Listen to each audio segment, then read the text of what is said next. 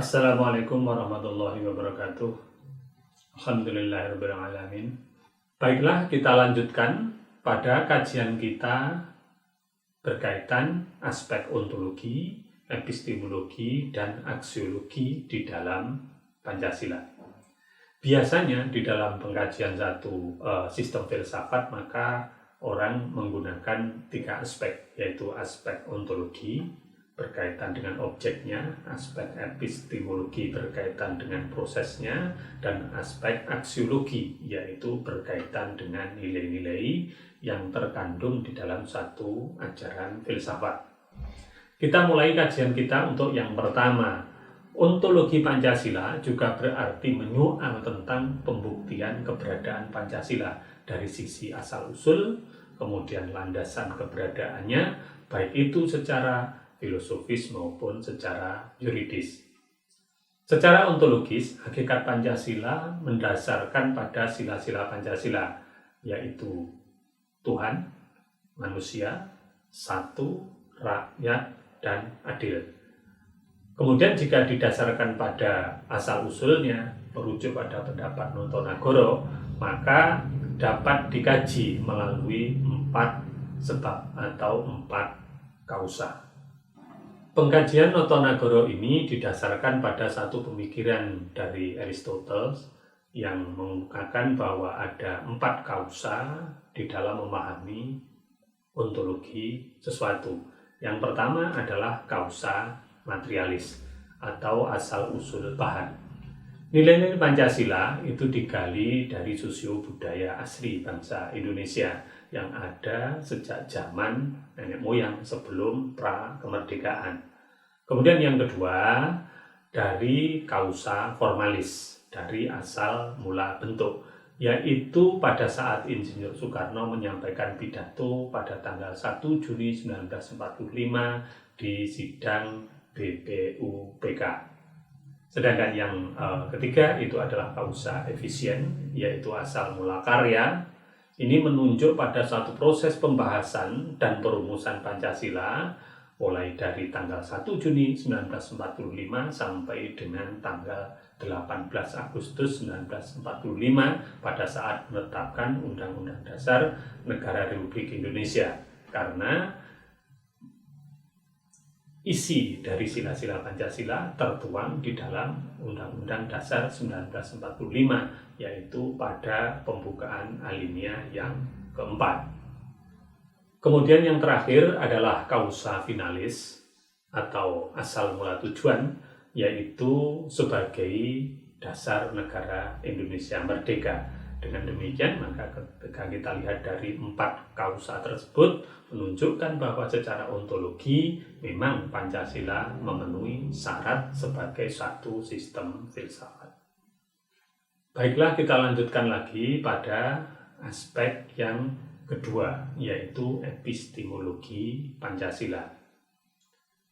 Epistemologi minimal mengkaji sumber, proses, syarat, dan validitas. Baik, kita kaji satu persatu. Berdasarkan sumber, maka Pancasila adalah nilai-nilai luhur yang tertanam di dalam jiwa bangsa Indonesia dan dipatuhi sebagai satu pandangan hidup. Kemudian ketika kita lihat dari proses perumusan nilai-nilai luhur Pancasila tadi hingga menjadi Pancasila sebagai satu sistem filsafat sudah dilakukan oleh para pendiri negara Republik Indonesia dalam beberapa tahapan, mulai dari sidang BPUPK, kemudian pembicaraan, diskusi, dan lain sebagainya, sampai dengan penetapan sebagai dasar negara yang tertuang di dalam pembukaan Undang-Undang Dasar 45. Kemudian Pancasila juga memenuhi syarat sebagai satu pengetahuan ilmiah karena mempunyai objek yang khas, kemudian menjadi milik masyarakat secara komunal, kemudian selalu dipertanyakan dengan skeptis, tersusun secara sistematis, memiliki kebenaran, dan kebenaran Pancasila merupakan satu kesepakatan bersama dari bangsa Indonesia. Sedangkan pada kriteria berikutnya, Pancasila mengandung pengetahuan yang esensial, yang valid karena memberikan pengetahuan tentang kebijaksanaan dalam hidup manusia, dalam hubungannya dengan Tuhan, dengan diri sendiri, dengan sesama manusia, dan juga dengan bangsa dan negara. Inilah yang membuktikan bahwa secara epistemologi Pancasila memenuhi persyaratan.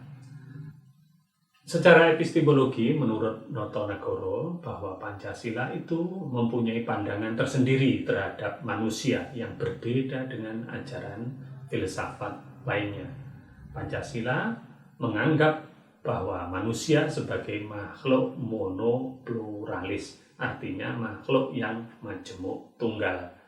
Manusia dikategorikan sebagai makhluk monopluralis karena jika ditelaah dari susunan kodratnya, manusia terdiri atas dua unsur, yaitu jiwa atau rohani dan raga atau jasmani. Unsur jiwa terdiri atas akal, rasa, kehendak. Sedangkan raga manusia terdiri atas unsur benda mati, unsur tumbuhan, dan unsur hewan. Kemudian jika dilihat dari sisi sifat kodratnya, maka manusia itu memiliki dua sifat kodrati, yaitu sebagai makhluk individu, artinya memiliki kepentingan individu atas dirinya sendiri yang tidak dapat diabaikan oleh siapapun, sekaligus juga berfungsi sebagai satu makhluk sosial, yaitu memposisikan diri sebagai seseorang yang hidup di antara orang banyak yang tidak bisa mengingkari keberadaan sosialnya. Sedangkan yang ketiga, dilihat dari sisi kedudukan kodratnya, maka manusia itu sebagai makhluk pribadi, artinya mempunyai kebebasan untuk memilih segala sesuatu dan melakukan segala sesuatu, tetapi jangan lupa bahwa manusia Indonesia sebenarnya adalah sebagai makhluk Tuhan.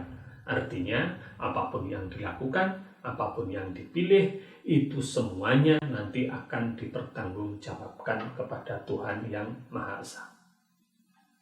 Dalam kajian ini, Kailan mengemukakan bahwa secara epistemologi dalam Pancasila itu mengandung satu potensi rohaniah manusia berkaitan dengan akal, dan akal selalu terkait dengan upaya untuk memperoleh satu pengetahuan yang benar.